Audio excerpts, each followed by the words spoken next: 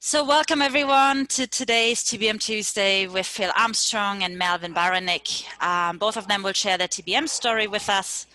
Phil is the Global CIO and EVP for Great West Lifeco, and Melvin is the Director for TBM. Both have a wealth of experience and a fantastic story to share, so I'm very excited about today's session. I really apologize for my dog.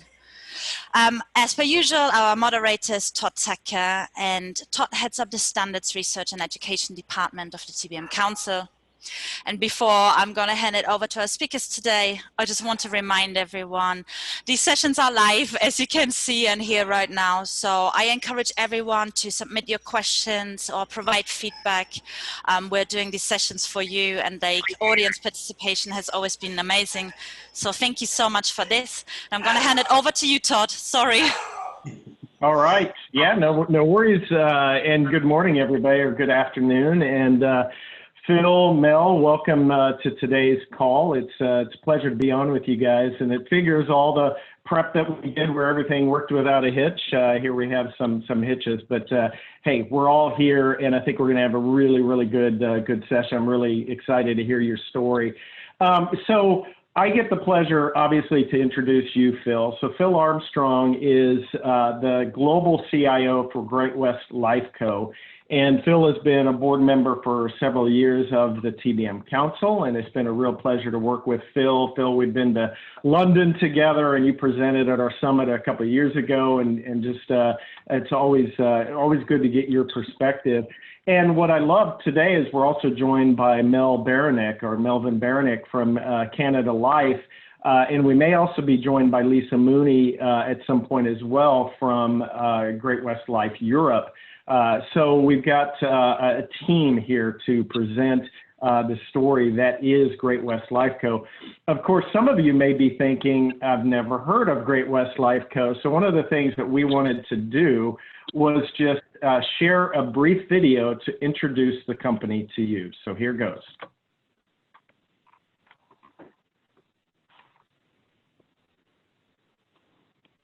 Great West Lifeco is an international financial services holding company. We have interests in life and health insurance, retirement and investment services, asset management, and reinsurance.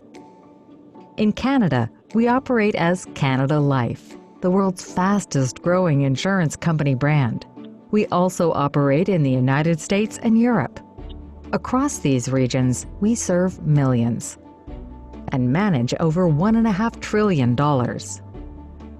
Our market leadership is founded on strong brands and a diversified portfolio, and we have a consistent record of strong earnings and delivering long-term shareholder value. Our purpose is to meet the diverse and changing needs of our customers and advisors with innovative insurance and wealth solutions. Our goals are to minimize our environmental impact, help protect international human rights, and make a positive impact where we live and work. At Great West Lifeco, we deliver on our commitments. Again, it's my pleasure to introduce Phil Armstrong, EVP and Global CIO of Great West Lifeco. Phil, the floor is yours. Okay, thank you, Todd and Annie and the organizers. It's an absolute pleasure to be here today with my colleagues Mel and Lisa.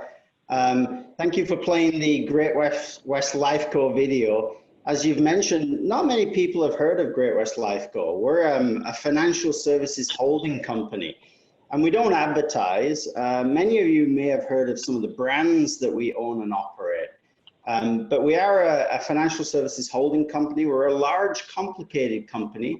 We're in multiple geographies, and we operate multiple brands. And we're delighted to be here and tell our TBM story today. These TBM Tuesdays have been wildly successful, so it's great for us to have the floor and share our journey with the audience today. You know, I think I'm particularly proud as well about our companies and Lifeco, and you'll hear how we've managed to roll out TBM across our companies.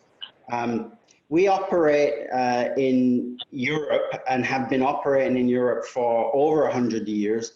We're the second largest pension administration company in the US, the 6th largest reinsurer. And in Canada, we operate under Canada Life, which is a 173-year-old company.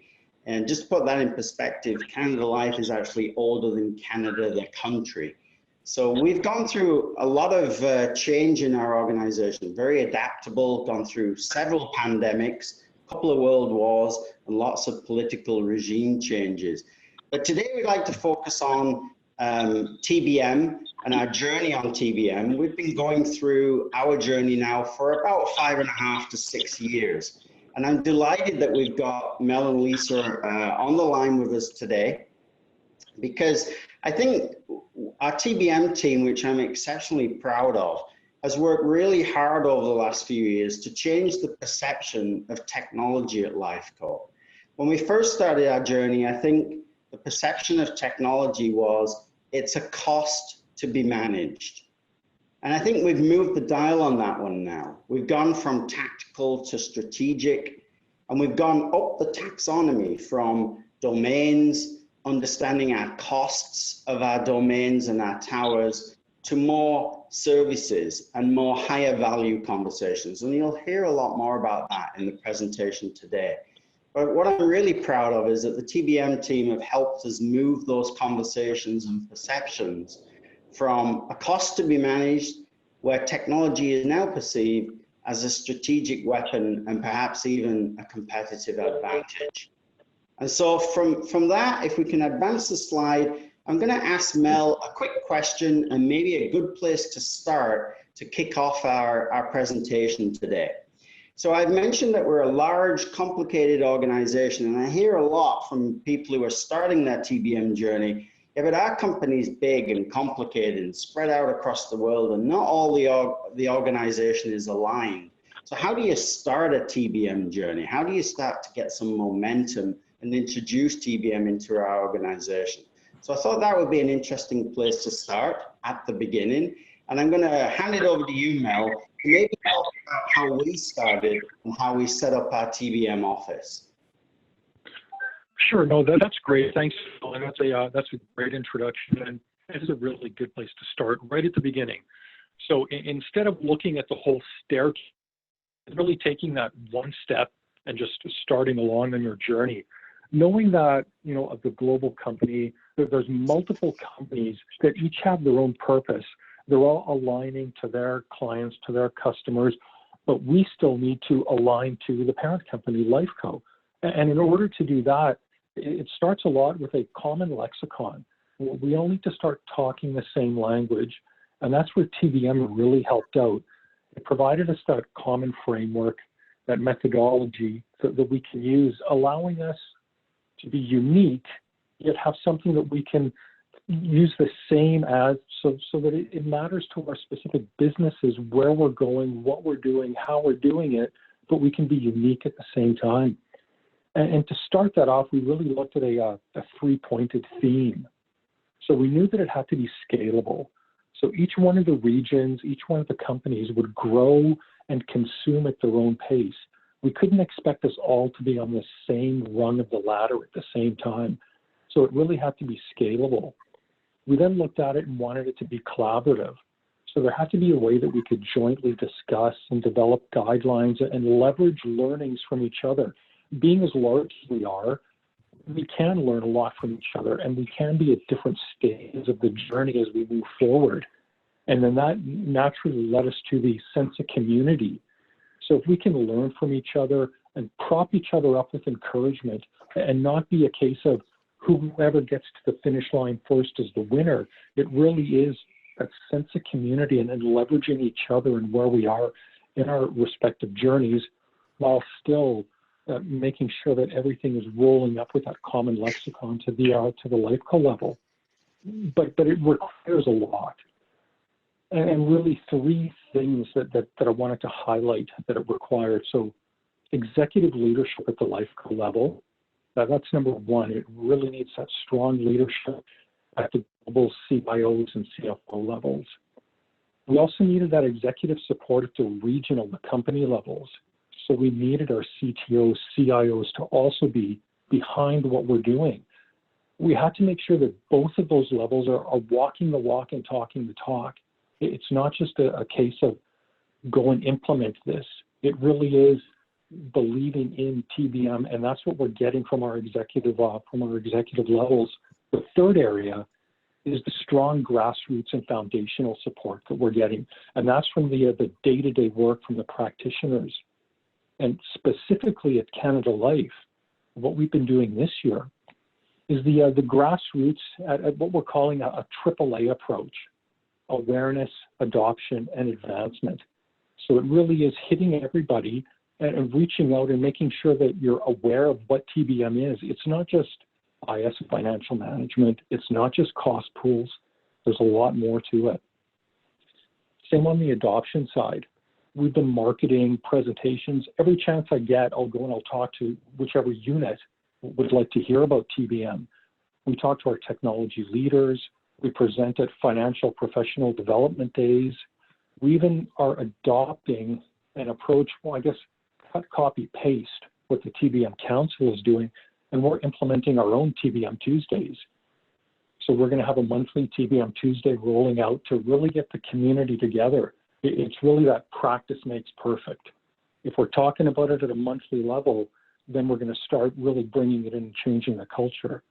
And then advancing, really want to draw that virtual line around everyone and go, we're all TBM, business, IT, finance. We all have the same common goal. So that's really what we're doing at the global alignment level. Lisa, did you happen to join? I just about got sorted out with my technology issues, so I'm here on the line. Great. I don't know if you want to tell us a little bit more detail about what Europe is doing. Okay, so like I would say probably our Canadian business associates are ahead of us in this, but we launched with TBM in approximately 2018. And from going from an allocation methodology in terms of costs to actually to bring the whole notion of towers and consumption into our business model, like this was new business, this was new ideas for the businesses that we serve. So we serve about 14 lines of business across Europe. So we're a shared service across Germany, UK and Ireland. And the detail that we were able to share through using the TBM model with the businesses made them understand of how they use their costs. And now we're on a journey and we're working closely in collaboration with the global team to investigate, like we haven't moved towards cloud services as much yet compared to our sister or parent company, but we are looking at TBM and how to get more detail to our customer. And then also in terms of our journey, how do we actually change this model from being around consumption to be about how they utilize the services of IS in Europe, and how, you know, when they're looking at, is it a standardized service versus a value add? So just kind of going from what Mel was saying about awareness, we brought that awareness about the cost structure and the service we provide. We've adopted the TBM model, which has been received very well from our customers, that they see the detail in terms of the services they require. And again, advancement, we're looking for advancement into the future to bring it, aligning it with the businesses in terms of the application, in terms of their services. And it just gives them more detail in terms of when they do go around a new project, or, you know, if there's something new in the Lifeco that they want to investigate, that for their business cases, that they have a good source of information. So I think just that awareness, the transparency has been a huge advancement over the last 2 years for Europe. Oh, that's great. Another area that I think I would poke on as well, from a Canada Life perspective, we've really started to look at personas. We started our journey with no personas at all. Everybody looked the same. We made some assumptions that they all had the same requirements. They wanted to all answer the same questions, be they supply or demand. It was all the same question. And they all had the same understanding, you know, a bad assumption, assuming that they were spending 8 hours a day just thinking about TBM. So that technology business management wasn't part of their everyday life.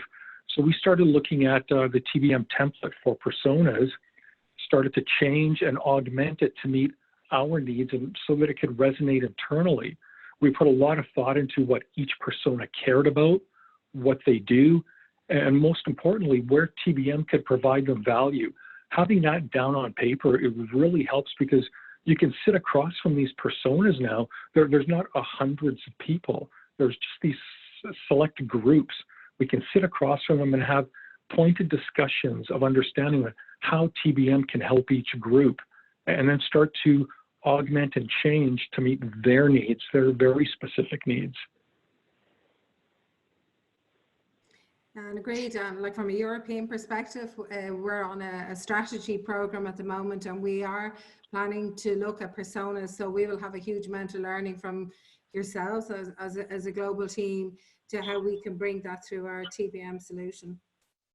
Yeah, so that's great. We saw a couple of questions coming into the chat box here asking what is Great-West Lifeco using to roll out its TBM principles and TBM offers? And of course, we're using a cloud-based solution called Cxo, which is vested and designed around the TBM taxonomy. So a good start to the organization, complicated organization. We set up a local TBM office in each region, and a TBM office centralized in Canada that brings those offices together to share values and share approaches.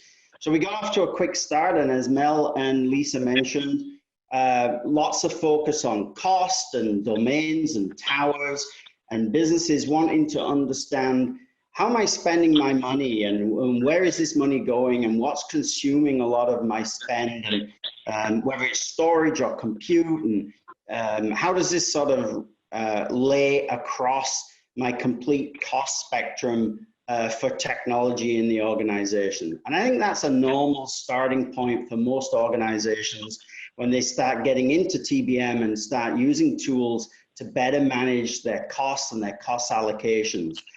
The personas are really interesting. We grouped our consumers of this information into these personas, and it's allowed us to standardize our approach back to various groups in the organization. And it's raised our professionalism. And I think because of the standardization, it's allowed us to custom craft reporting and inquiries, and even target our training to the personas to make it more effective and more efficient in how we rolled TBM out. But, you know, it's great that we did that, and I've been really impressed with how we've baked and integrated the personas into our organization.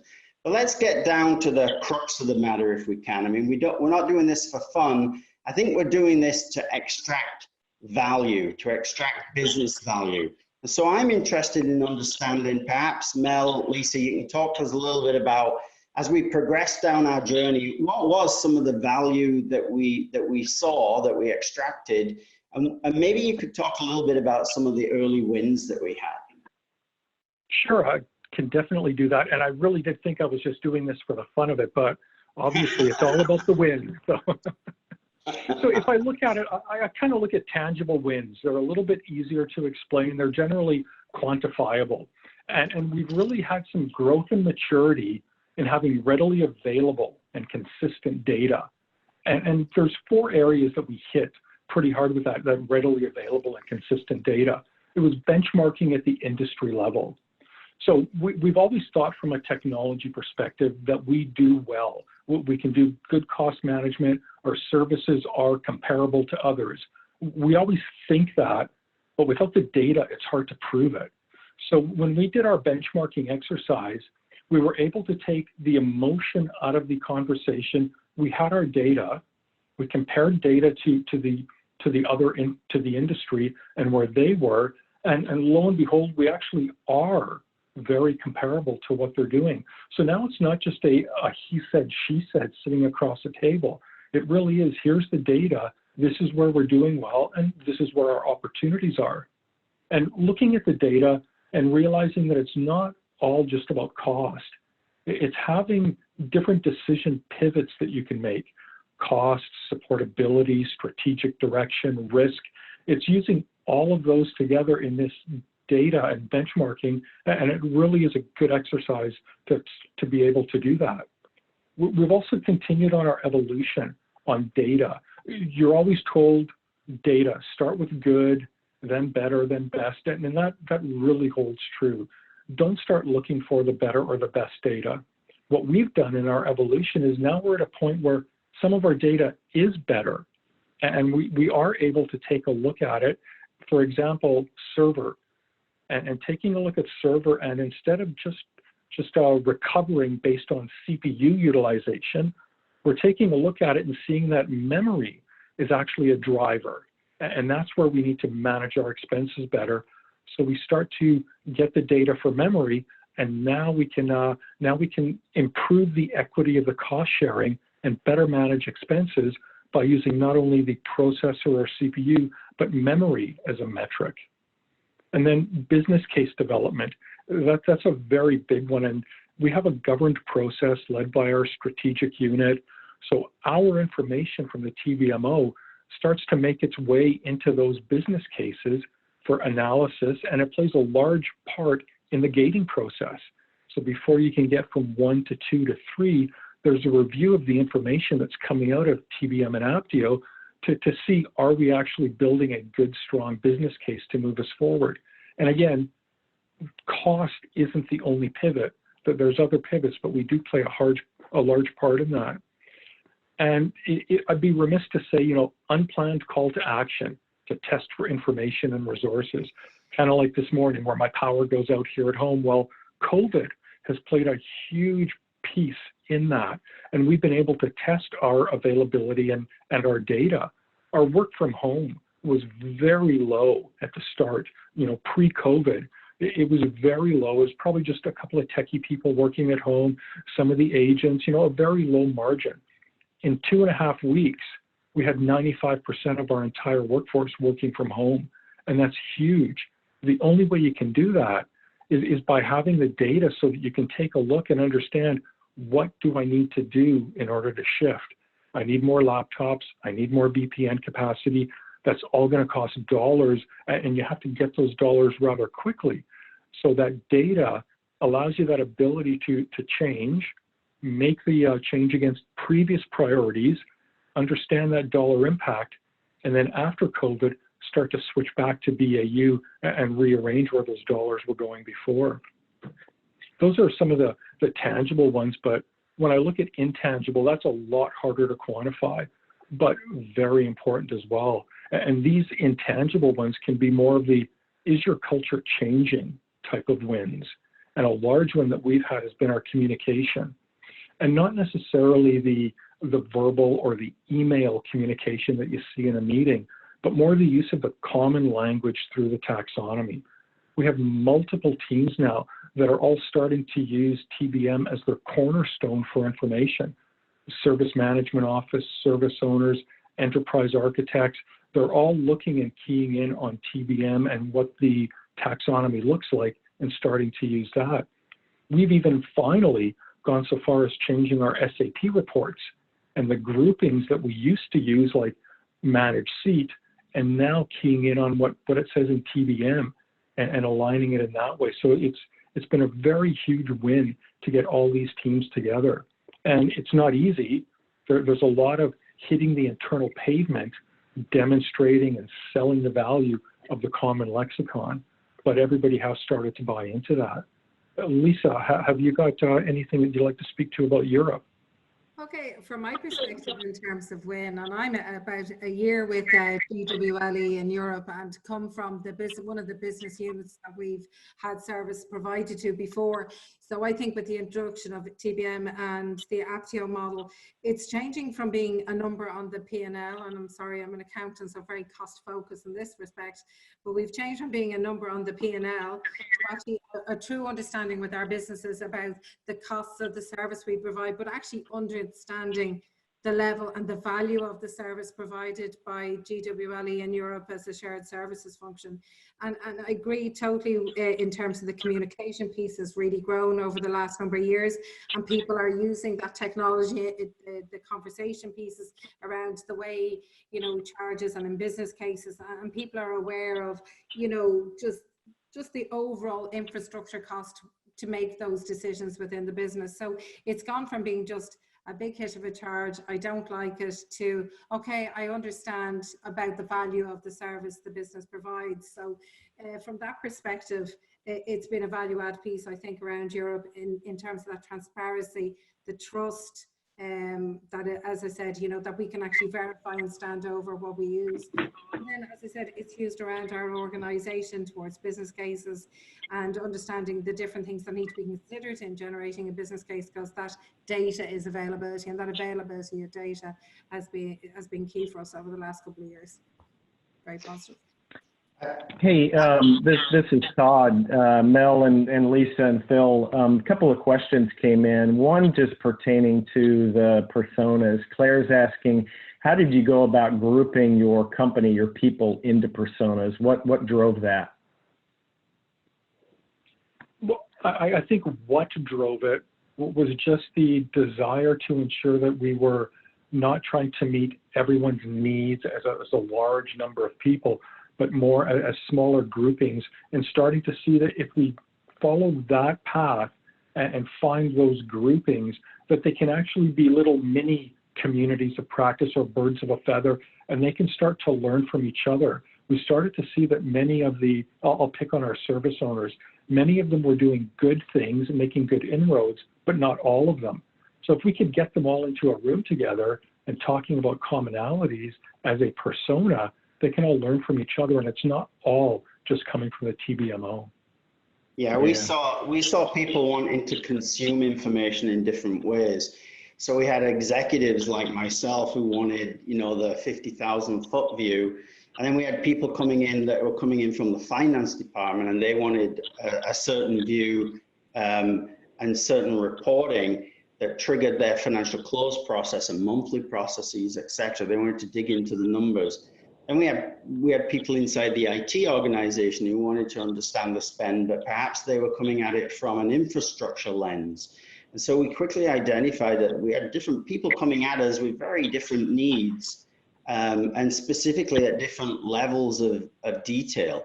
So we created reporting packages or pointed them to parts of the tool that specifically dealt with their needs. And that actually morphed into a different training curriculum and a different training program for these different personas. And so it made it quite useful for us to get a quick start and a quick rollout by just quickly identifying who was consuming what information and what they were doing with it. Yeah, that's great. That's great. I think that is certainly a best practice. Another question I'll just go to, since it kind of relates to your sort of the start of your journey, is what was the quality of your data like to begin with? I'll take that one. Terrible. That is a question that we get asked all the time, and the board gets asked that quite a bit. I can't really start this because my data is terrible, my data quality. I'm ashamed to say my data quality is terrible. Well, you know what? You're not alone. I would love to say it was fabulous, and that's why we started, but it wasn't. We had areas where we had good data quality, a good handle on the metrics and our numbers through automation and tools. And we had areas where it was just absolutely terrible.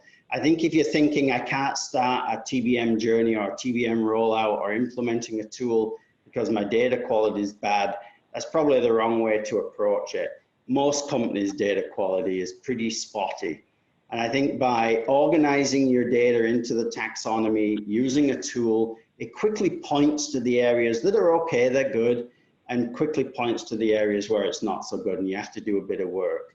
Unfortunately, there is no silver bullet for this one. You just have to work through it, but it's well worth the effort, and the payoff at the end is worth it. You do it once, you organize your data, and then the job becomes a little bit easier. But I think, for the practitioners who are closer to the action, yes, it's a little painful in the beginning until you start to understand your data. But if you want to be a data-driven organization where you're making data-driven decisions, smart, intelligent decisions, this is something you just have to tackle.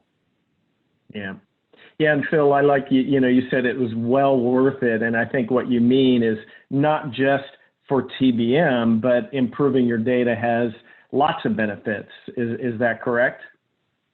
Yeah, the one source of truth, building credibility in your reporting, improving the relationship that you have with your internal business users, because now you're not sort of explaining 5 different numbers that came from 5 different sources. It makes these types of conversations a lot smoother and you have a lot more credibility in terms of digging into the numbers and modeling effects of changes that you might want to make. Yeah. There are a lot of good questions. Let me ask one more, and then I'll hand it back to you guys. Larry's saying, he's asking, I understand the costs involved, but how do you describe how you validate the value you've earned off your investment in IT over a period of time? That's one. Well, I'll start with that, and then Phil and Lisa join in. I'll start off with that one by saying that that's one that we don't have a total answer for right now, and it's actually on the roadmap for the upcoming year. Proving value in the value metrics is huge. Right now, we can, we're starting to crawl and showing some of the value, because there are some very easy, tangible ones, but there's others that aren't as easy.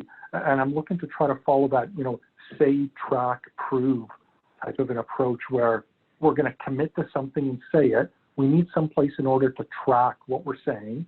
And then over the multiple years, because many of the initiatives or the payback on an initiative can be over multiple years, we need some way to track that over the years, accounting for any headwinds along the way. So how do you account when that headwind comes along? We need to do that. And then the value realization is that end state where you're proving it and you can finally put all of those pieces of the puzzle together. So, and that's that part of the journey where, if you look at it, it's really going from that tactical to a strategic approach. And you're going from that good cost management to now to investment management. How do you do that? So no easy answer today, but starting to put some of the pieces in place so that we can start walking along that path. Yeah, I think that's right, Mel. I would build on that by saying that, we started this journey like most people start this journey, and we were focused on costs. We were showing up with bills of IT that had one number on it and giving it to our internal customers.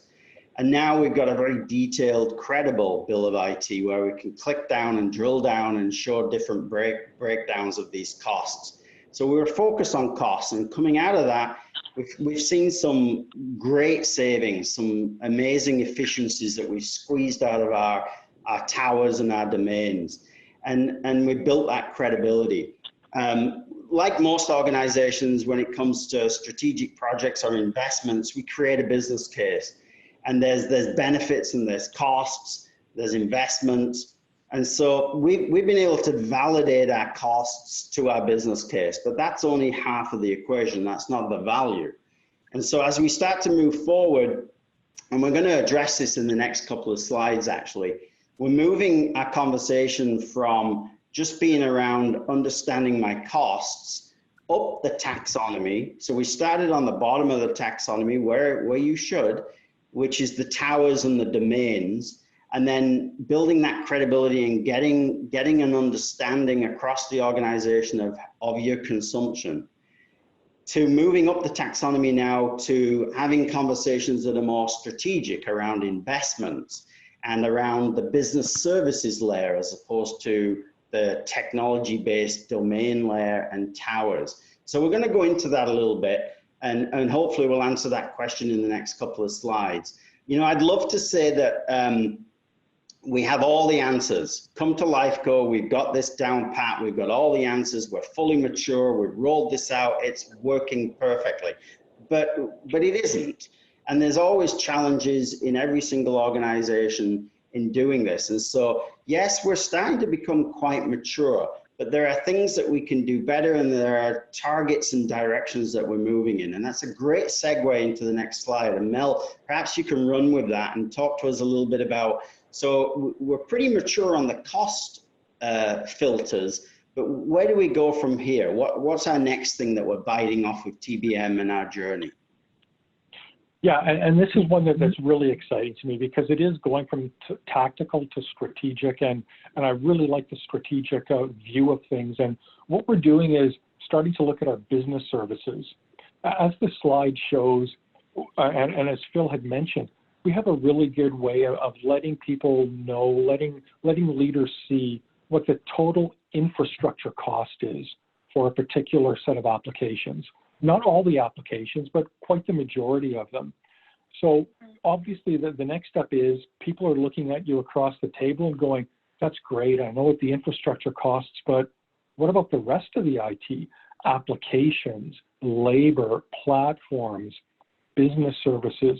So we're starting to look at those so that we can wrap up the business services and align those to applications and use terminology and words that will really resonate with our business. As shown on the slide, telling somebody that a GH41 costs you X per month may mean a lot to our technology teams. It doesn't necessarily mean a lot to our business areas. So that's the journey, is going up to business services and leveraging the work from that the TBM work groups have done with respect to insurance extensions and using those. Now, this is going to help us not only in those discussions and understanding that total cost of ownership from an IT view, but it's also going to start feeding into application portfolio management. And that's another really large area. Having more data, more granular data to help you with an application portfolio or an enabled business service, that could be another way of looking at it. That's going to help us because we're going to be able to start using matrices like the time approach, so TIME, and taking a look at our portfolio as a whole and going, do we have too many applications enabling this one common service? Are we looking at it from risk, health, and incident included? Does this application or does this service, is it providing benefit to multiple services? And is it so monolithic and large? And is that what's holding us back from being agile? Should we start cutting it smaller? Or even looking at applications and looking and going, is this making us a business differentiator in insurance? And if it's not, maybe we treat that in a different manner. So all of this data, all of this moving up the stack is really going to start positioning for those strategic wins. And, TBM Office isn't the only area doing this. We couldn't be doing any of this if we weren't getting buy-in from our service management office, enterprise architects, and business architects. So they're also aligning towards this. This isn't easy. It's not a quick win. But we've started a sprint approach where we're just trying to identify some of the top business services and only looking at the top 30% of the applications. So it really is that good, better, best approach. We'll try to get as much of a squeeze out of this as we can. The more that we can show some benefit and some insights in a quick manner, the more that we continue this as we move forward. And this is probably a good time then to even call out to the TBM Council and all the work that is being done by the insurance work group and how we're leveraging it.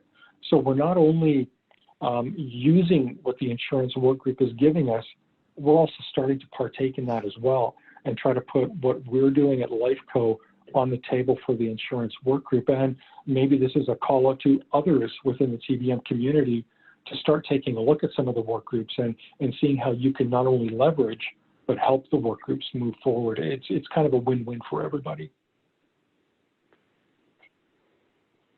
Lisa, you're on mute. Yes, sorry. So from a European perspective, exactly, Phil, like we're at the, dare I say, the bottom of the arrow here, but we have certainly got a much bigger awareness around Europe about our costs of infrastructure. And as part of our strategy, so we're on a 3-year strategy program at the moment. What we want to do is to broaden that out. As Mel has been talking through, start talking about our applications that are being run in our life businesses. Like what is the cost of the policyholder system rather than its CPUs and its servers. So now that the businesses that kind of transparency around the cost of the infrastructure today, to bring that more into that business conversation, and then again maybe to bring it to the next level about the business service we provide.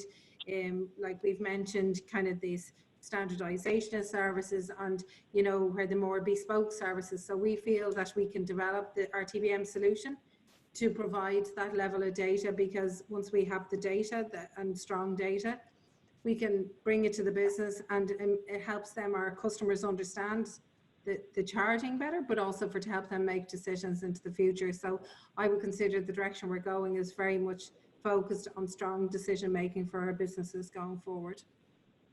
Yeah, so I think if you think about the journey that we've been on here, it's a very typical journey and approach for most companies when they're rolling out TBM.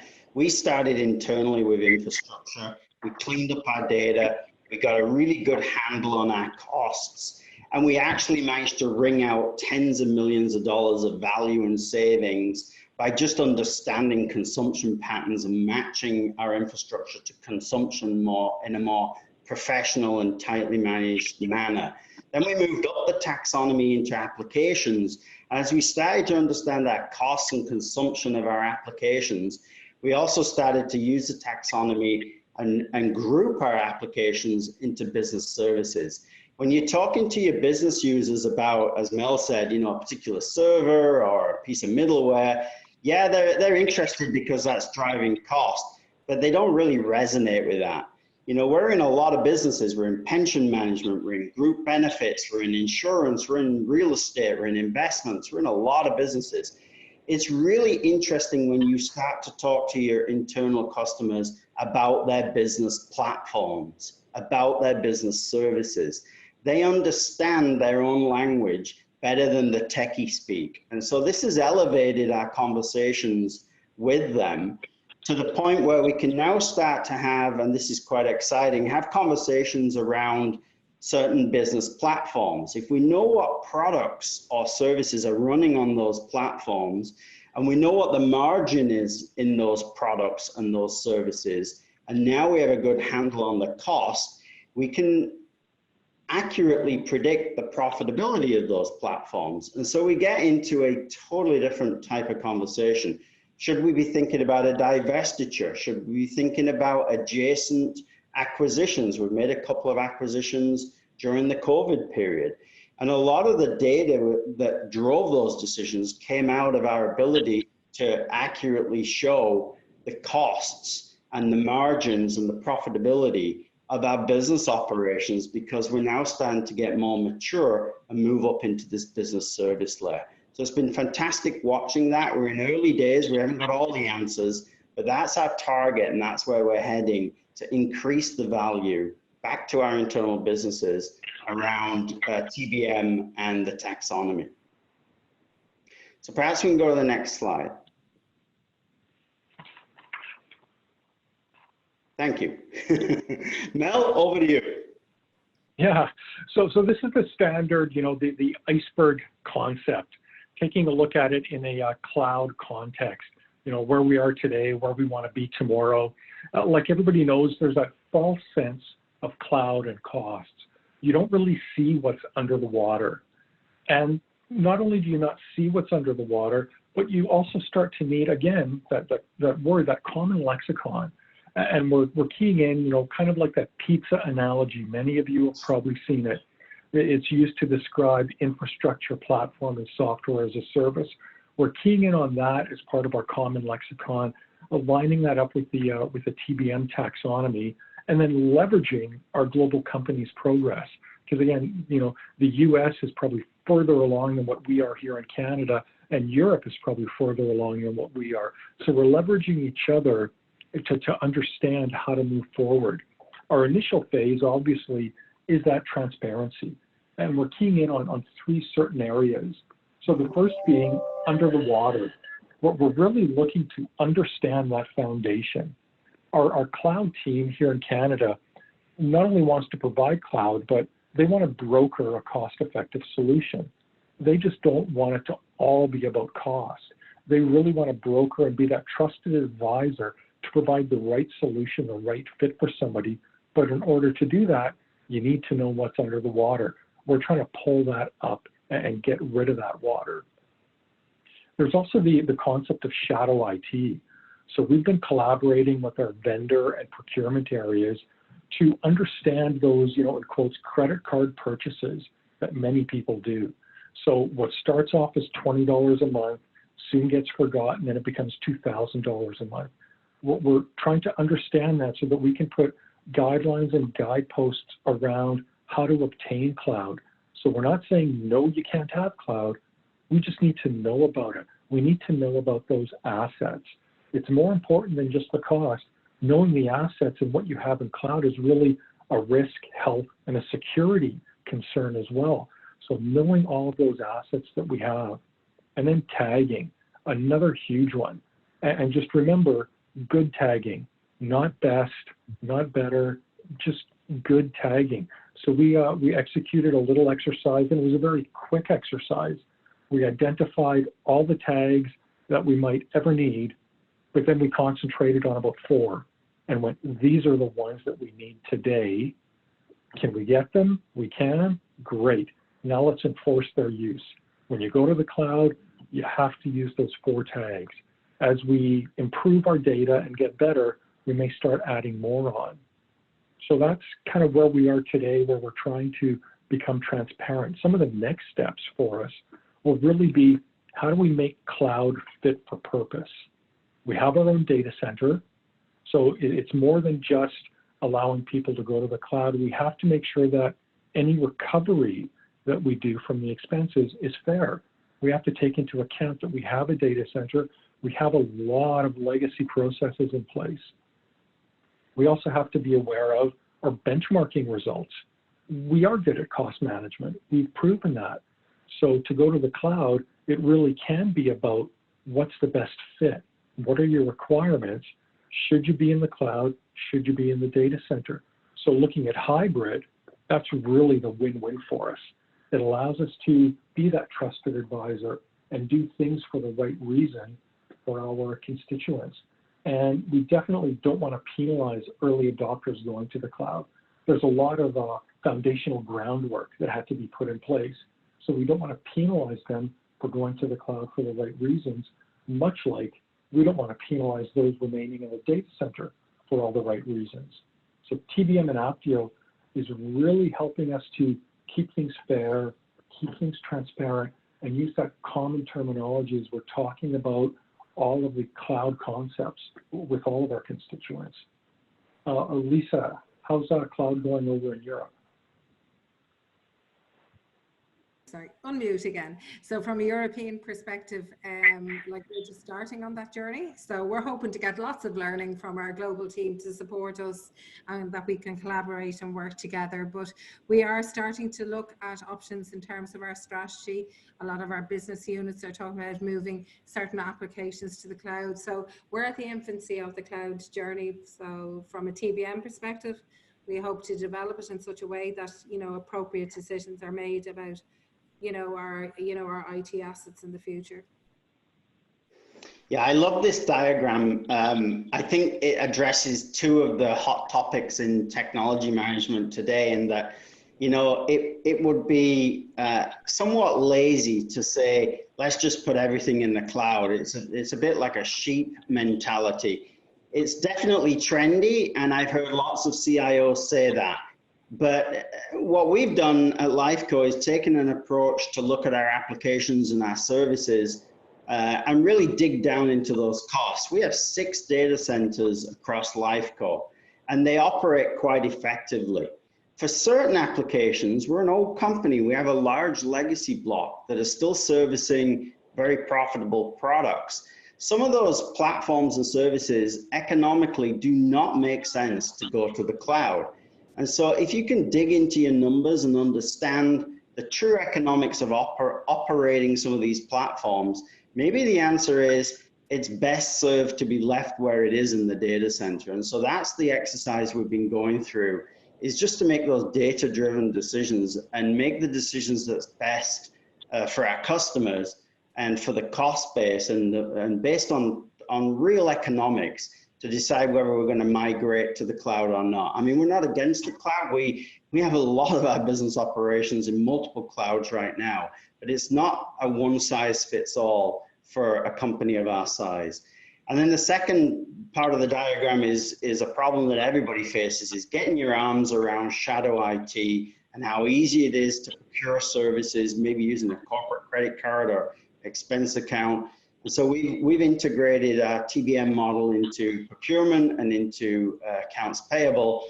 And so that's a method of just ring fencing shadow IT to make sure that it's following standard patterns and good implementation practices and integrating into DevOps and tagging, so we get the true cost of our technology spend. So an awesome diagram here.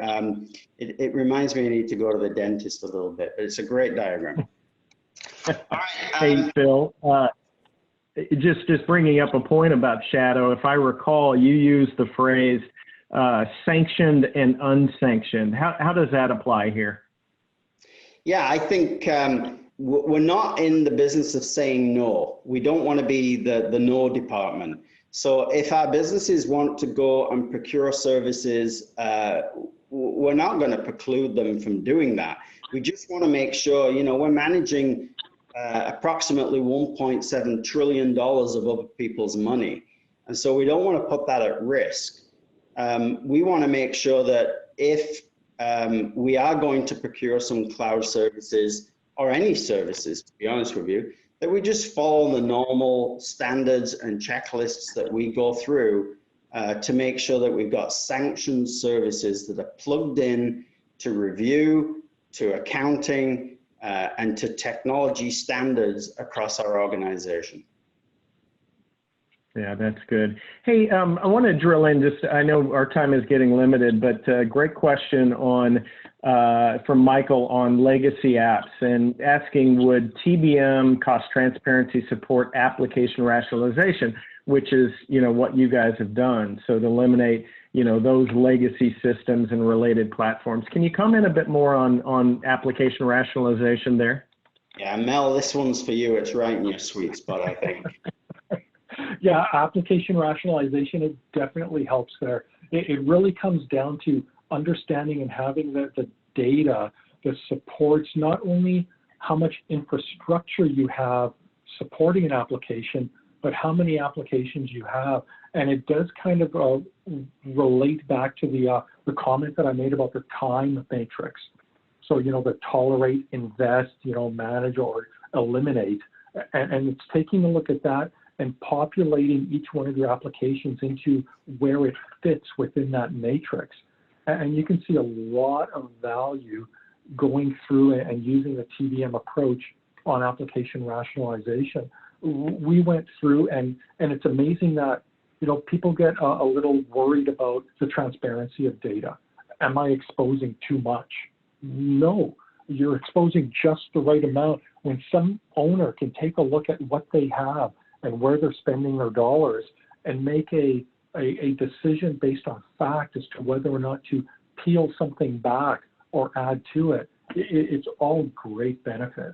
And again, like the dollar amounts, we saved a lot of, you know, millions of dollars in application rationalization alone at our first kick at this. Yeah, double-digit millions. Yeah. It's quite substantial. And I'll just add in from a European perspective, we're going down that journey too. So over the last year or so, there's been a lot of work in our UK business and Irish businesses looking at the applications we have. And whilst we haven't fully developed our TBM model to drill down to application level, again, as Mel said, we have the data and it can inform them to make good decisions in the future for their businesses. Yeah, I think it's one of those things where once you get a handle on your infrastructure costs and your bill of IT and your chargeback allocations, and you get that settled down and fairly mature, it's the natural evolution is to move up to your applications and start to see, you know, your redundancies and your duplications, and rationalization is fertile pickings for large organizations. It really is. And you can actually model out the cost to rationalize and whether that's worth it or not. So maybe it isn't and you tolerate, maybe it is and you go ahead and do it. But that's an exercise that we've been quite successful in, and it's a journey that we're still on. It takes a bit of time, but well worth it. So based on our time that's remaining, Todd, I think maybe what we'll do is we'll skip to perhaps just the last question that I wanted to pose to Mel and to Lisa. Put you right on the spot here because they don't know what's coming here. But if you were to look back, into your younger days when you were on the starting line of our TBM journey, perhaps I'd ask you to whisper something into your own ears, maybe some nuggets of wisdom or some words of wisdom around what would you tell yourself in hindsight if you were starting this TBM journey now? And we'll start with Mel and maybe finish off with Lisa, but what are those words of wisdoms that you would tell yourself now that you know what you know? But I guess there's probably a couple of things. I think the one, and I've mentioned it before, it really is that practice makes perfect. So it's really building that internal community and not assuming that everybody else is thinking in TBM the same way that I'm thinking about it. It's not everybody else's day job. It's my day job. It's not theirs. So you have to continue marketing and promoting all your wins and all your insights. So, and it's not about the tasks that TBMO does, but it's trying to change that culture. And the only way to do it, it's like being a sports player or a musician. Practice makes perfect. Keep on doing it. And I think focus on the journey, not the destination. It's almost looking at it in a product sense. There is no end to this. So it's going to be a long journey, and don't forget to take time to stop, reflect on your wins. You've done a lot of great things probably in the past 6 months. Take a look at them, invigorate yourself again, take the opportunity to course correct if you have to. So I think, yeah, practice makes perfect, focus on the journey ahead. I suppose from my perspective, as I said earlier, like I've come from being in one of the business units that were served by GWLE in terms of IS infrastructure, and from going from seeing a bill that made absolutely no sense whatsoever and it was a charge, to actually getting the understanding through the TBM model. So I was on the opposite side a couple of years ago when it was first introduced, and to see that level of data, it was just a really, really good thing to see. And as Mel's saying, like, this is a continuous journey.